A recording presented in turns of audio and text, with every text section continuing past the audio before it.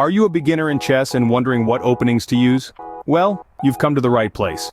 The first few moves in chess are as crucial as the first few steps of a marathon. They set the pace, create an early game plan, and establish control of the board. You see, chess isn't just a game of chance or blind luck, it's a strategic battle, a mental duel where every move counts. And it all begins with the opening. Now, as a beginner, you might be tempted to memorize specific moves, but here's the thing, chess isn't about memorization, it's about understanding. It's about knowing why you're making a move, not just how to make it. So, rather than focusing on specific moves, we're going to delve into the principles behind good openings. We'll explore popular openings like the Italian game, Sicilian defense, French defense, Ruy Lopez, and Slav defense, all recommended for beginners.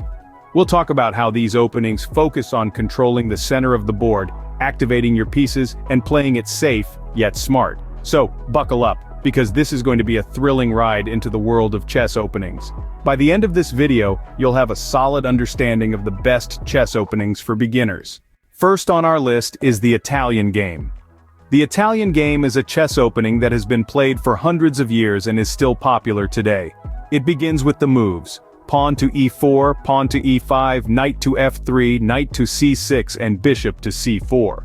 These moves might seem simple, but they set up a powerful strategy that aims to control the center of the board and develop pieces efficiently. So why is controlling the center so important?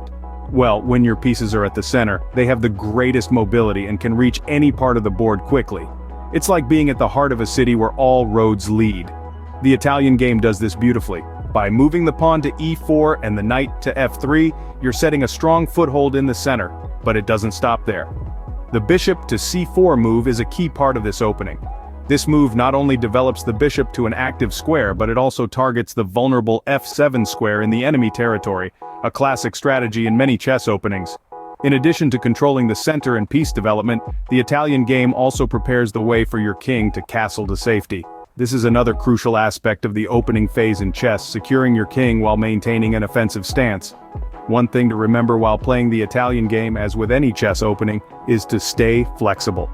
While it's good to have a plan, it's equally important to adapt to your opponent's moves and adjust your strategy accordingly. The Italian game is not just about the first few moves, it's about understanding the principles behind those moves. It's about control, development, and safety. It's about setting up a solid foundation for the rest of your game. The Italian game is a classic opening that helps beginners understand the importance of controlling the center and piece development. Next up, we have the Sicilian defense. Now, this is a chess opening that is a favorite among many players, from beginners to grandmasters.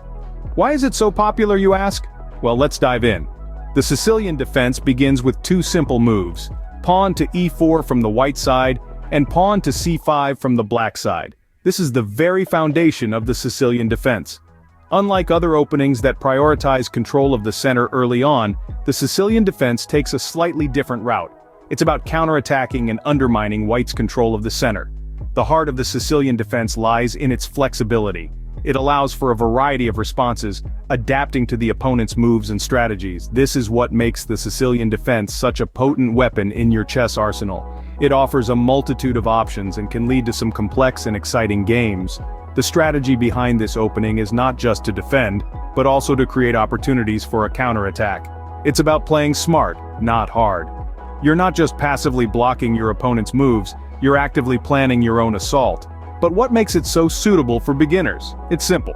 The Sicilian defense is a great way to learn about the importance of pawn structure, piece development, and strategic planning. It encourages players to think ahead and plan their moves wisely. However, the Sicilian defense is not just about defense. It's a dynamic opening that can quickly turn the tables on your opponent if they're not careful. So, while it's a defensive strategy, it's not a passive one. It's an active defense that requires thoughtful planning and execution. In conclusion, the Sicilian defense is a fantastic opening to consider if you're new to chess or looking to add some versatility to your game. It's a strategic, flexible, and dynamic opening that offers a wealth of opportunities for counterplay. The Sicilian defense is a great opening for those who prefer a more defensive approach to the game. It's not just about surviving the opening phase, but thriving in it, setting the stage for a strong middle and endgame.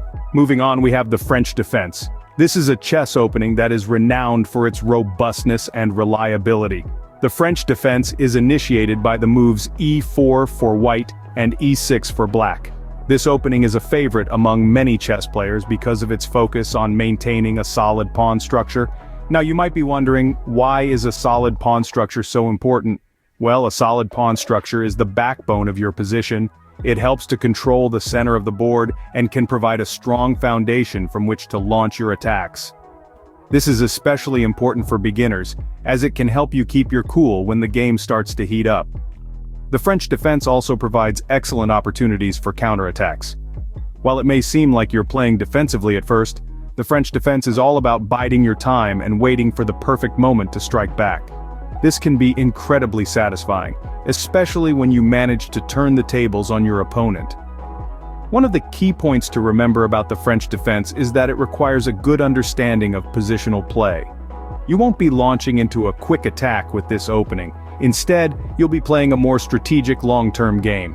This can be a great way to improve your overall chess skills, as it forces you to think several moves ahead and plan out your strategy. So, if you're a beginner looking for a reliable and strategic opening, the French defense could be just what you're looking for.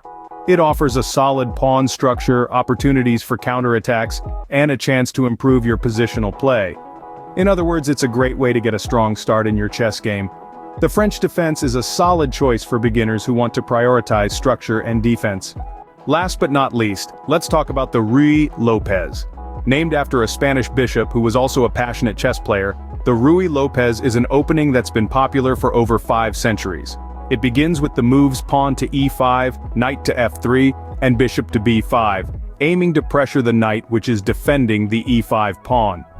The Ruy Lopez is a fantastic choice for beginners due to its focus on solid principles. It aims to control the center of the board early, allows for quick development of pieces, and keeps the king's safety in mind.